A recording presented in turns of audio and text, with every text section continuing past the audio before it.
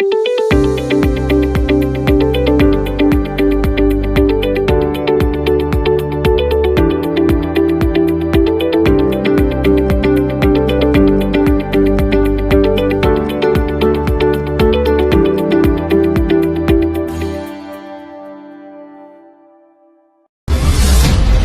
NESSACTION, we work in democracy and governance to build the capacity of public sector institutions through training and capacity building for staff, election observation, youth sensitization around elections, and we use entertainment and social entrepreneurship to fuel their interests and our work as well.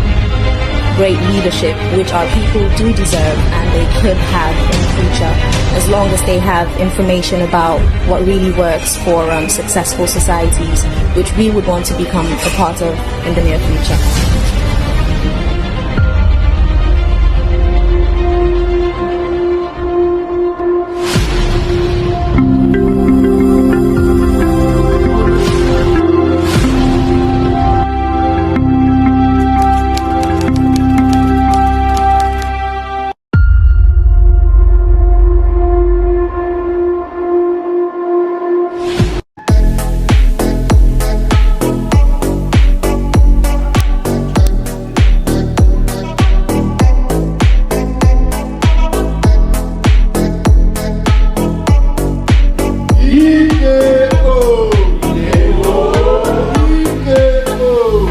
Are you ready to become a leader and make a real difference in your community? Introducing Leadership in Action, a mentorship guide for young changemakers by NESSACTION, under the visionary leadership of Ambassador Temilola Akinade. As part of the NESSACTION Mentorship Program, this comprehensive guide empowers young leaders with essential skills in leadership, advocacy, and civic engagement. With practical insights and real-life examples, you'll discover how to navigate the complexities of leadership, build effective networks, and drive positive change. Leadership in Action is your roadmap to becoming an ethical, impactful leader. Join the movement. Be the change. Lead with action. Also tune into the Leadership in Action podcast series all day every day on YouTube at Unlimited TV 247 and gain remarkable insights from our formidable team of experienced mentors. Like, subscribe and turn on post notifications. Leadership in Action, a mentorship guide for young change makers, because the future belongs to those who lead.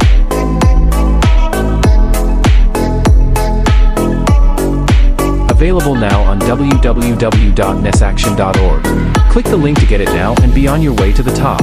See you at the top.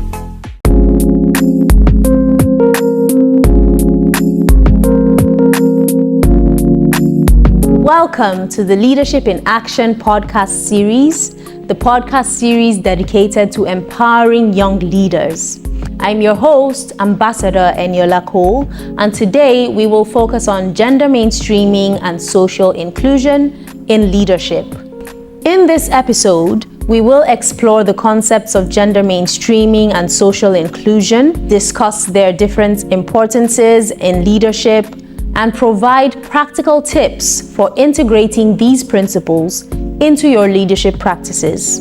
Understanding gender mainstreaming and social inclusion. Gender mainstreaming is a strategy to ensure that both women and men have equal opportunities to participate and benefit from development processes. Social inclusion involves creating an environment where all individuals, regardless of their gender, race, disability, or socioeconomic status, have the opportunity to participate fully in society.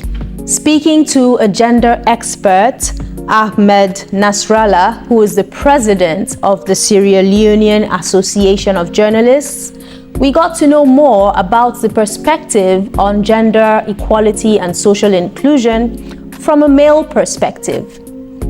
Listen to what he had to say. Can we get to meet you? Thank you very much. My name is Ahmed Nasralla. I am from Sierra Leone and I am the president for the Sierra Leone Association of Journalists. I've been serving my 2 times now. I started the first time 3 years and I'm in my second time, the final year. I'm also the project coordinator for the SLAJ super newsroom fact checking platform that we have, and also the SLAJ I-Verify platform that we have. Both were established before the June 2023 elections, and they're still on right now.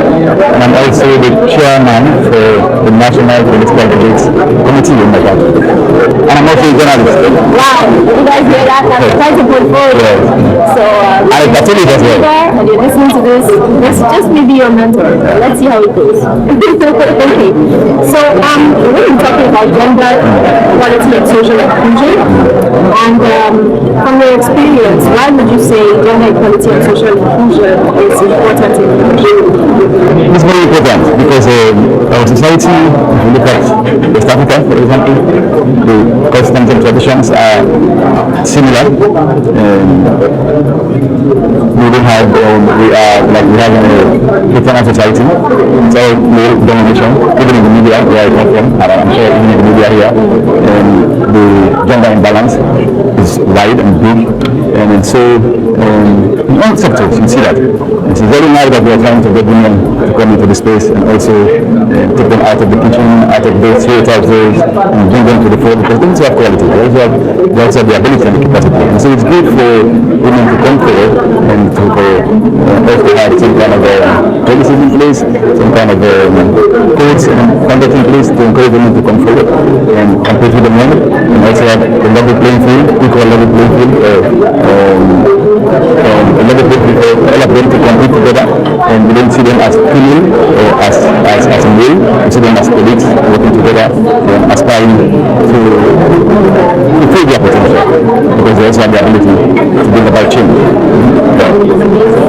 Now, can you share personal experience of when you advocated for gender equality and social inclusion? Well, I will start from my association. Traditionally, historically, the media and theory has been male dominated. Because right now we only have one female editor in our country, newspaper editor. Out of over 250 newspapers, we only have one female editor. We have women who own one or two male newspapers. You can only see women in the station managers, but you cannot see them as editors. Yes. And within the business also, women are always given the sub-trades, fashion programs, business programs. But we don't see them going out to cover the hard news, those investigative stories. That's how it is. And so what I've done with my leadership is to bridge that gap. The first thing I did was to ensure that I established a SLAJ gender advisory panel gap to advise my executive and my leadership on how we can bridge that gap. And so successfully we had a funding from the Irish embassy in Britain to develop a gender policy. And at the last AGM we had in last year September, we launched that policy because we went around the country and talked to men and women, colleagues, and we put the policy together. Now we have a policy and to address that. So what we're doing with the policy now is how we can implement that to ensure that it's not only for SLAJ as an institution, because SLAJ is an umbrella body for the media and SLAJ, and as SLAJ we have women in the media who are doing an athlete body, and we have celebrity because women and other women as well, all in that SLAJ. So we're going to do that to ensure that whatever decisions we take, we ensure it is gender, we ensure that gender equality and gender balance. And so from here now, we want to ensure that every media house take from this gender policy to also have a gender desk and to also implementing of these provisions in their newsrooms, so that women will aspire and become leaders within the newsroom and also within the management level. And we've also supported civil society organizations who have been advocating for a gender equality and women's empowerment bill, which was passed last year before the elections in Sierra Leone. It was a big achievement. We went to their campaigns, we supported them, we made statements of their programs, and we lobbied Parliament, and the bill was passed, the Gender Equality Act Bill, which provides 30% quota for women in sales and political positions. Yes, we achieved that. Although law may be good, but in terms of implementation, that's where we are now, to ensure that what is in the law is implemented. So that we don't just have a law in paper, but we have to see practicalized in action. That's always the most important. The most important thing, you can have a good law, but they cannot implement it. That's what the problem is. So we want to follow out and see how the government and other agencies that are responsible for the improvement law is done, so that we see the reflection that we have more women in parliament, we no women in cabinet positions, no women in decision-making roles within the political parties. Nigeria has what we call the gender equality opportunity bill, which we've been trying to get legislated as well. What tips, or from your experience in Sierra Leone, would you say Nigerian policymakers can make or can learn from in ensuring that we have such a system? First, I would like to tell the lawmakers that is their responsibility and their duty to listen to their constituent members. And if you look at the population, I'm sure in Nigeria, the majority is female. Women are up to 60% of the population. The same for us in Sierra Leone. You have the numbers. And so if you go to your MP and tell them this is what you want, they should listen. Because you voted for them. And I think the other strategy is to ensure that those who are leading the campaign, they are leading the campaign, do it in a way that they bring everybody on board. Not just women. Gender equality is not a women affair. It's a general affair. So we all should be concerned about that. Because as men, we have mothers, we have sisters, and we have wives and girlfriends and those sort of things. So it should concern us all. So get in the coalition, voting the advocacy so that everybody is involved, and ensure that whatever you do, the men should be in the lead. Give the men. Give it to male too. Don't say because I'm a woman, I have to lead this. No, give it to the men. Let the men speak on the behalf and say the strategy is seriously. But you need to push. Don't give up. Yes. Don't give up. Yes. Just ensure that you sustain the advocacy. Talk to the MPs. The MPs are the target. Push the target. Also talk to the international community. They have the way of putting pressure on the government to ensure that this bill goes through and becomes a law. Ahmed, I'm so grateful that you thought to come on here and speak about gender, because people often think gender is a women issue. It's not a women issue. It is a society issue. It is the fact that more than 50%, sometimes 60% of the society is not being represented. So thank you so much for sharing that experience. Now, what would you advise young leaders in terms of promoting gender equality and social inclusion in their communities, especially when it comes to like young female leaders that are trying to bring the word? Young female leaders, the first thing, empower yourself. Go to school, take your school work seriously, and ensure you have the education. But that is the first step. Because if you want to lead, then you have to have the capacity to do so. Sometimes we see the stereotype of schools that women are not ready, women are not capable. But now we see the difference. Women are going to school, they're graduating with good results, masters, and the different first degrees, and they are doing law, they're in everything. So once you get the education, go with it. Because if you want to change narrative, you have to go with the politics. The politics, that's where the policies are made. That's why I'm challenging in that way. I said, you cannot sit outside of the political realm and call for the men who are in charge to give you positions and you're comfortable with that. Or just comfortable that women are marginalized. We're talking about over 50 years now, we're talking about women being a marginalized group. And somehow they're becoming comfortable with that. To change that, the first thing we do, go into the political parties. The political parties are the vehicles that we use to change the narrative. So if you don't go into the political parties and become a member, pay your dues, and participate in the activities and challenge for positions within the political party. That's where the change will come. Because you have to sit at that decision table. Make sure the people who go to invite you, go with your chair and sit. Yes, so I have to do that because my voice is important. I have at the home. The people to you, we take care of you, we manage the homes. We can do well with power as well. Because when power is given to women, so they don't have to handle it. They are very cautious, they know the issues, and they are compassionate. That is the biggest thing I could do. They can't use it to be corrupt. They ensure that everybody, because when you cook, you know that you have to share the food to everybody with the home, the son, your relatives, and your parents, your grandparents, and everything, your uncles and aunties, they're all there. That's how women are. So realize that you have a potential, and realize, believe in yourself, have the confidence, and continue to learn. And everything you do, don't stand alone, or don't stand isolated as if this is just a woman affair. Try to encourage your male colleagues, if you're working with your peers, so that they believe in what you're doing, and so that they also understand. Because sometimes men don't understand these things. The colleagues, if you have a friend and it's a man, they have that mindset. It's not their own fault, because of the society that we live in. So try to think that mindset in a way that they understand, they appreciate you, and they support you. So once you have those, this kind of aspirations and this one again attitude towards your colleagues and towards society in general. Achieve these things. Wow. Yeah. Thank you so much, Ahmed. Finally, with all your wealth of experience, will you be willing to take on one student leader as a mentee? I'll be more than willing. I'll be more than willing. Did you hear that? Great. Thank you so much, Ahmed. Thanks for being here. Up next, we have a barrier-breaking woman.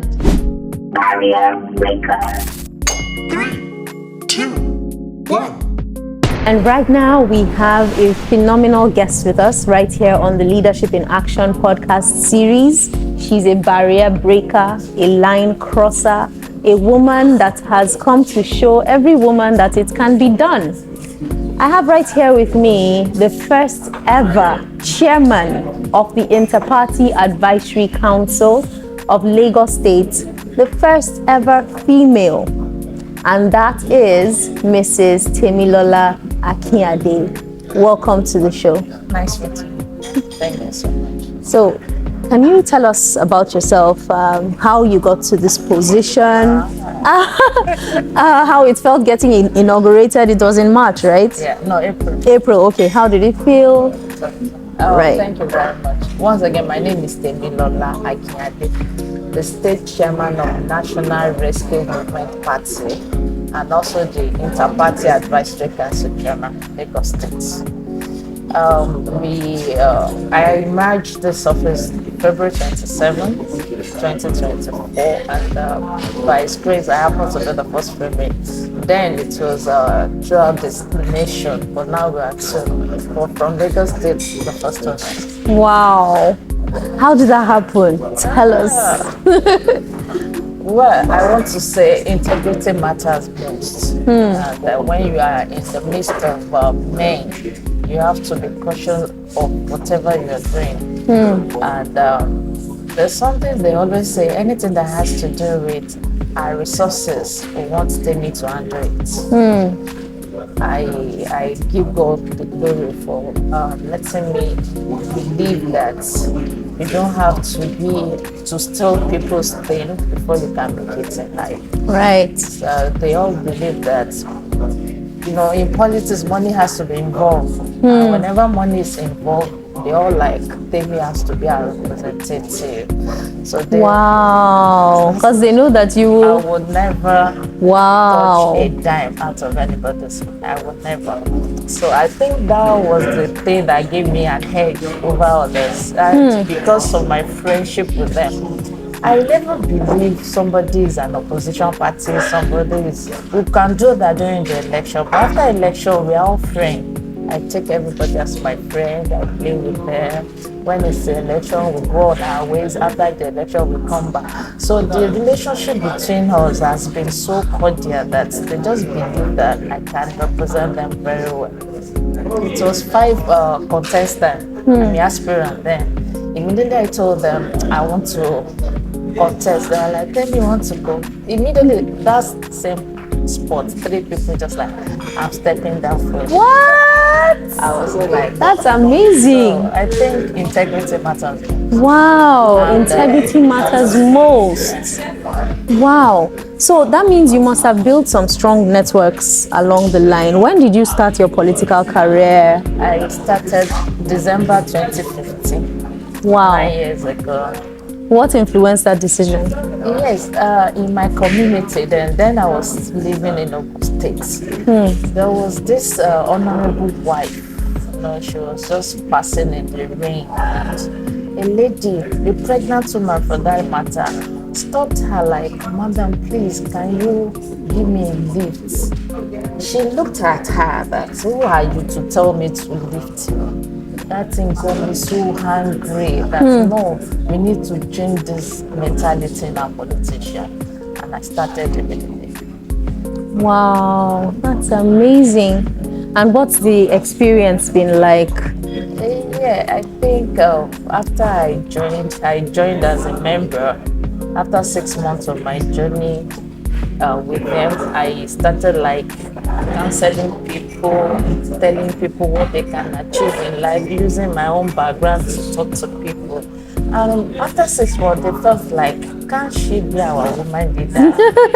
So I started from being a woman leader. I searched for opportunity everywhere to give to the people, like loan and all that. And I've been enjoying myself because I'm a kind of person that I love to be with people they call low life people. They are my best friend. That person that you call low life, they are my best friend because I know where I'm coming from. I know my background. So it will be it won't make sense for me to see myself as somebody important. I'm important to the grace of God, but we have a lot of people that are more important outside that you can play with. I show them that regardless of your academic background, regardless of your religion background, regardless of where you're coming from, you can be somebody in life. That really gives me an opportunity to enter people's mind, to enter people's behavior. I was able to change a lot in people to the best of my knowledge. That's amazing. And we saw you right here changing the mind and the life of one young woman as a mentor on the NESSACTION Mentorship platform. Now, if you were to share your hearts with young women who are listening right now, listening to the first ever Inter-Party Advisory Council chairman. This woman is the woman who has influence over political parties, in the sense that when there is a decision that needs to be made on inter-party relationships, she's in charge of that. When people like civil society and international donors want to work with political parties, she's in charge of how that relationship would go. It's not a small position. So as a young woman listening right now and speaking to young ladies, what advice would you give to them? You've mentioned integrity. What else do they need to know? Like I used to tell our youth outside, especially the ladies, in politics, you have to be patient. You can't join a political party today and want to be the next leader. It takes time. And if you think you have what it takes to buy yourself in, your integrity will be at stake. And I used to tell them that never use your body to get any position in political setting. If you do, you have to use that same body to maintain it till you retire. Wow. So make sure as a young person, you might decide to date somebody in political setting. It's allowed, but make sure you don't misbehave. I call it misbehave. You might see somebody that is in position today, you want to switch, not in political setting. It will mess up your destiny. Wow. I'm totally on the same side of life on that one. I don't want to go all preacher right now, but what she said, 100%. Thank you. So thank you so much for that motivational talk. Ladies, close your legs. Even in the political space, you can close your legs and you can still be effective and you can still contribute to the party. Because if you use your body, you're going to keep using that same body and retire. You don't want to get... Okay, let me not. Let's not go too deep into that. But thank you so much. It's been a privilege having you here. And we look forward to a chairmanship of the Inter-Party Advisory Council that brings on all kinds of projects that will let them know they made the best decision. Because we know that as women, once a woman is in position, they say you have to work twice as hard. So we look forward to doing more partnerships also with IPAC in Lagos. Thank you so much. Thank you so much for being on the show. It's my pleasure. Gender mainstreaming and social inclusion are essential for creating equitable and just societies.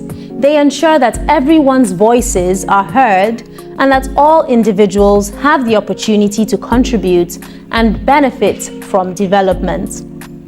It's been an amazing time on this episode, and we look forward to sharing more light on gender mainstreaming and social inclusion in subsequent podcasts on leadership.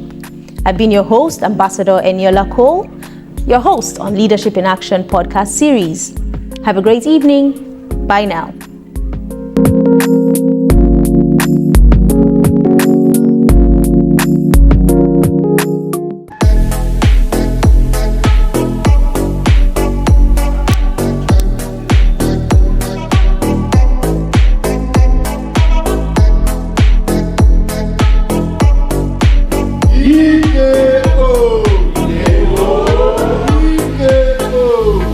Are you ready to become a leader and make a real difference in your community? Introducing Leadership in Action, a mentorship guide for young changemakers by NESSACTION, under the visionary leadership of Ambassador Temilola Akinade. As part of the NESSACTION Mentorship Program, this comprehensive guide empowers young leaders with essential skills in leadership, advocacy, and civic engagement. With practical insights and real-life examples, you'll discover how to navigate the complexities of leadership, build effective networks, and drive positive change. Leadership in Action is your roadmap to becoming an ethical, impactful leader. Join the movement. Be the change. Lead with action. Also tune into the Leadership in Action podcast series all day every day on YouTube at Unlimited TV 247 and gain remarkable insights from our formidable team of experienced mentors. Like, subscribe and turn on post notifications. Leadership in Action, a mentorship guide for young changemakers, because the future belongs to those who lead.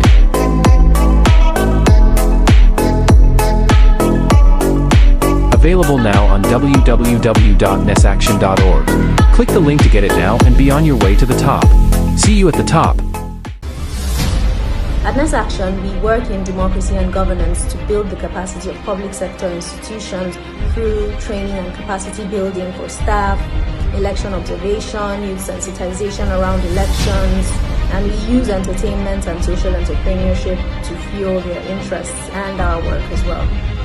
Great leadership, which our people do deserve and they could have in the future, as long as they have information about what really works for successful societies, which we would want to become a part of in the near future.